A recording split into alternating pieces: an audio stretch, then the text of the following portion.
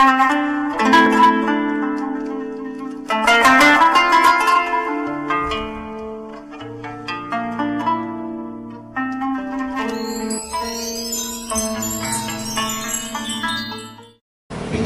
sekali Allah Subhanahu wa ta'ala. Masjid Baitullah, rumahnya Allah Subhanahu wa ta'ala. Tidak heran orang-orang yang mencintai Allah sangat senang dengan rumahnya Allah, mengunjungi rumah Allah, bersilaturahim kepada Allah Subhanahu wa ta'ala. Al-Quran pengajian. Jadi metode kami di sana itu bagaimana menggiring seluruh anggota-anggota di dalam asrama bisa memakmurkan masjid.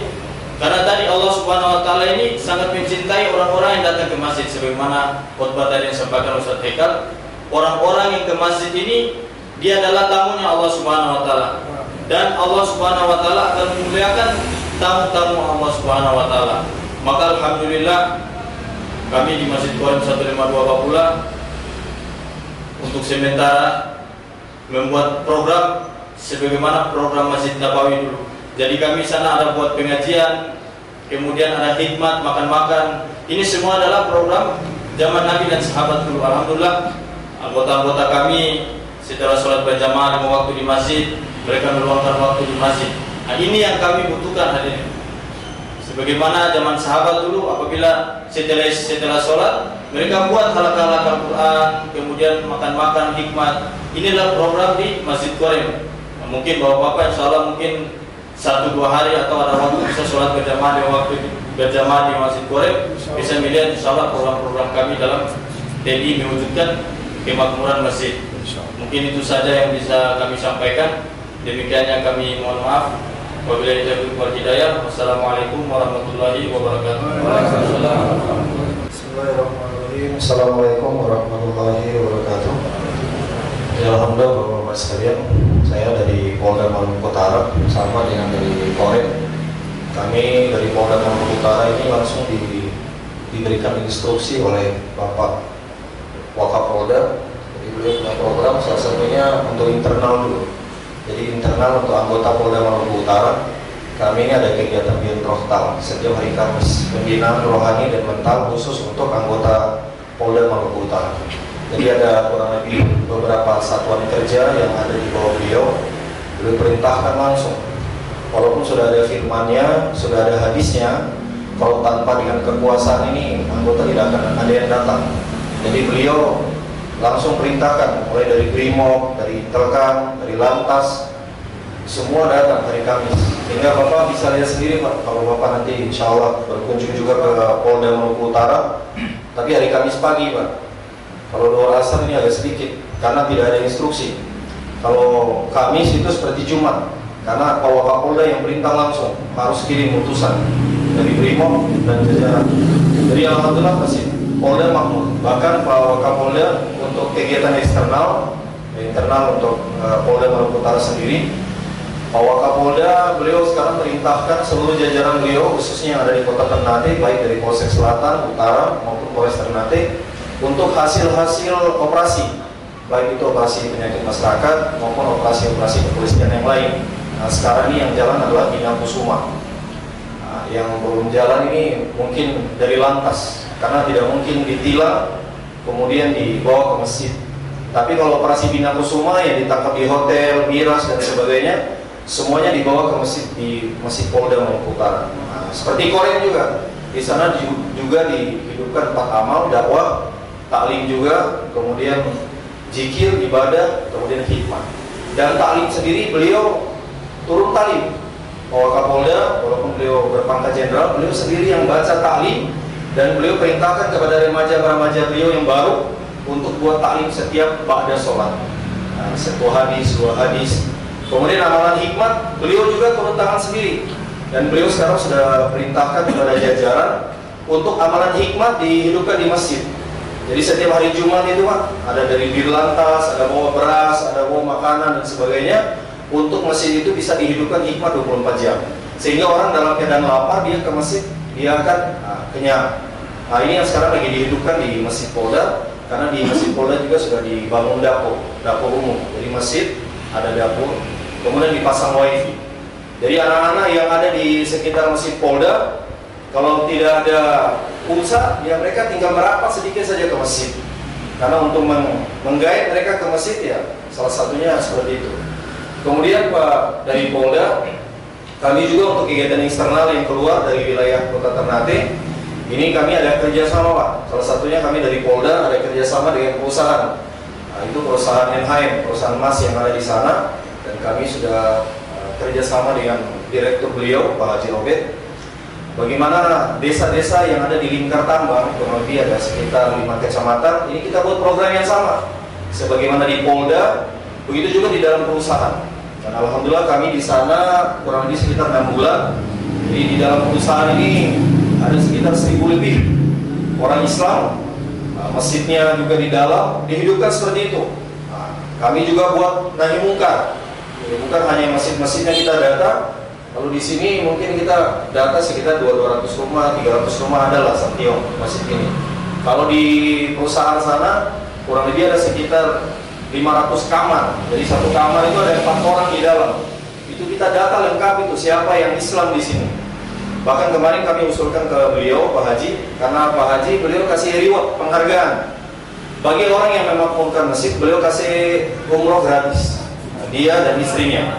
Makanya kami di masjid sana, di DKM, di NHM, kami ada usulkan kalau boleh jangan hanya kasih reward saja, penghargaan. Karena kalau kita hanya kasih penghargaan, nanti karyawan-karyawan kita yang mereka masih di pub, karena memang di perusahaan saya ada pub juga, nah, mereka masih di pub, mereka tidak terkesan dengan itu tadi, penghargaan umroh. Karena mereka berpikir, ya saya masih maksiat, buat apa saya ke masjid kalau hanya dapat umroh. Nah, maka kami usulkan dari DKM, kami usulkan kalau boleh ada ancamannya juga. Jadi kita kasih keuntungan, kasih ancaman. Sebagaimana Allah SWT berfirman, "Walau ana ahlal qura amanu wattaqau, la fatahna 'alaihim barakatin minas sama'i wal ardh." Sekiranya penduduk suatu negeri, apakah itu di Korem, apakah di Polda, di perusahaan, di mana saja, beriman, bertakwa, ini keuntungannya Allah firmankan, "La fatahna 'alaihim barakatin minas sama'i wal ardh." Kami bukakan keberkahan dari langit dan kami muntahkan keberkahan keluar dari perut bumi. Tapi Allah sisipkan juga ancaman di akhir ayat, walakin kadzabu. Tapi kalau kalian mendustakan, fa akhadnahum bima kanu yaksubun. Kami ajak kalian. Kami akan datangkan musibah kepada kalian akibat ulah perbuatan kalian sendiri. Jadi kami di sana di bagian syiar dan dakwah khusus perusahaan, kami usulkan ke Pak Haji Robert, ke manajemennya, kalau boleh, ini kalau diusulkan, jangan hanya kasih keuntungan saja. Karyawan kita yang 1 bulan masuk kerja, dia tidak sholat 1 waktu saja, Jumat tidak, 5 waktu tidak. Selama 1 bulan dia kerja, tidak pernah ke masjid 1 kali, pecat. Karena masih banyak karyawan kita yang masih mau sujud sama Allah. Nah, jadi ada 2 sekarang yang kita galakan di sana. Yang makmurkan masjid dikasih umroh gratis, yang tidak sholat pecat saja. Nah, ini sekarang lagi dibahas. Kemarin ada yang manajemen lain sampaikan, Pak, ini perusahaan besar Pak. Kalau ada karyawan kita dipecat karena nggak sholat, bahaya. Nah, kami sampaikan juga di meeting, yang bahaya itu ketika umat ini tidak taat kepada Allah. Itu yang bahaya. Apalagi karyawan sudah tidak sholat, tidak zakat lagi. Nah, kami buat data di sana, setiap karyawan ini, mungkin di sini Santiong, saya ada samping kamar, dengan ada 1 orang Santiong kerja di NHM juga. Nah, di sana seperti itu Pak. Jadi karyawan kita gajinya di sana kurang lebih sekitar 20 juta. Ini sudah wajib zakat. Kalau di zaman Khalifah Abu Bakar, jangankan tidak bayar zakat, kurangi saja.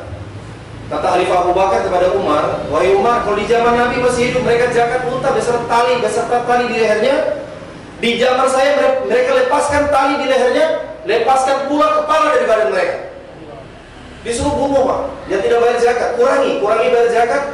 Nah, sekarang kita lihat Pak, orang yang punya penghasilan 85 gram setahun, berarti 7 juta penghasilan, 7 juta per bulan itu sudah wajib zakat. Tapi kita lihat zakat nih, tidak ada yang tunaikan zakat. Sehingga fakir miskin yang ada kampung pun, seperti di perusahaan sana, proposal dengan 1000. Haji Robin sudah yang mau urus kesehatan, Haji Robin sudah urus pendidikan, Haji Robin, supaya Haji Robin jadi gubernur 1 kali. Semua urusan semua naik ke dia, pembangunan masjid dan sebagainya. Nah, makanya kami usulkan ke beliau, Pak Haji, jangan terlalu banyak bangun masjid, tapi buat program supaya orang masuk ke dalam masjid. Nah, salah satunya disejahterakan badan pengurus masjid. Karena karyawan NHI Pak, di sana tugasnya hanya ajan-ajan saja. Tiap hari tugasnya ajan. Allahu Akbar, tapi gajinya lumayan Pak, 18 juta. Ajan-ajan saja. Ajan-ajan saja 18 juta. Sedangkan badan sarah kita yang ada di masjid-masjidnya kita, jangankan 18 juta Pak, 800 ribu kita ada. Kami sudah cek di desa-desa lingkar taman, 800 ribu pun tidak ada.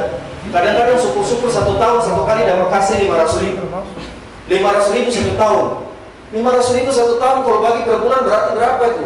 Mungkin 2.000. Sehingga jangan heran, kenapa masjidnya kosong, masjid tidak mampu? Ya karena badan pengurusnya juga belum mampu.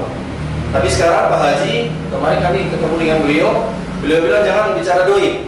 Jangan bicara doi di depan saya. Bicara saja bagaimana masjid mampu. Saya bilang Pak Haji, kalau karyawan NHM gajinya mungkin sekitar 18 juta, setinya badan pengurus ini kita sejahterakan dulu. Pasang wifi di masjid, buat makan minum.